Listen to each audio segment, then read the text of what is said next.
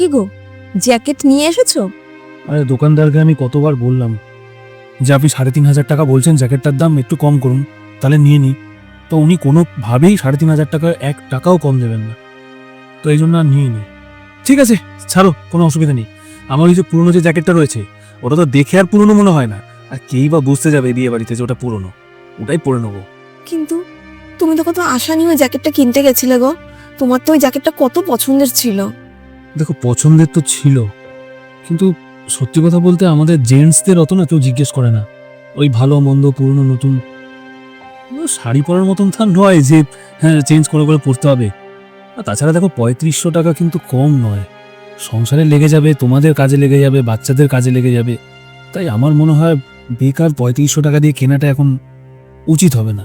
সে না হয় বুঝলাম, 3500 টাকাটা অনেকটা বেশি অ্যামাউন্ট, কিন্তু তোমার আশার থেকে তো বেশি নয়। আচ্ছা, আমাকে একটা কথা বলো তো, তুমি ইনকাম কার জন্য করছো? সংসারের জন্য, আমার জন্য, বাচ্চাদের জন্য? নিজের জন্য একটু ভাবো। জ্যাকেটটার দাম কমাক কি না কমাক, তোমার কিন্তু ওটা নিয়ে আসা উচিত ছিল। কাল যখন তোমার বাচ্চারা বড় হবে, ওরা কিন্তু এটা জানতে আসবে না যে তুমি জ্যাকেটটার দাম 3500 টাকা ছিল বলে তুমি নাওনি ওদের কথা ভেবে, বা তোমার কোনো শখ পূরণ করেছো কি করনি, যাই হোক, ওরা কিন্তু এটা জানতে আসবে না। ওরা জানতে আসবে যে তুমি ওদের জন্য কি করেছো।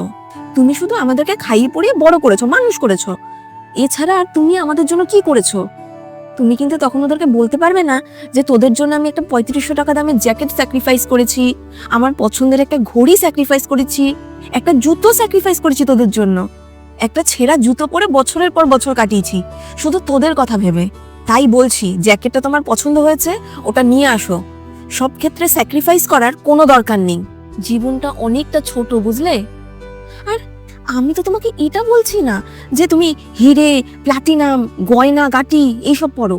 আরে, তুমি যে ইনকাম করো সেই ইনকামের 1% অন্তত নিজের জন্য তো খরচ করো নাকি? সেটা তো তুমি করতেই পারো। সব ক্ষেত্রে নিজের মনকে এরকম ভাবে মেরে ফেলো না, না হলে না একটা সময় তোমার নিজেরই আফসোস হবে যে সংসার সংসার করে নিজের কথা কোনোদিনই ভাবলাম না। ঠিক আছে, আমি জ্যাকেটটা নিয়ে আসছি।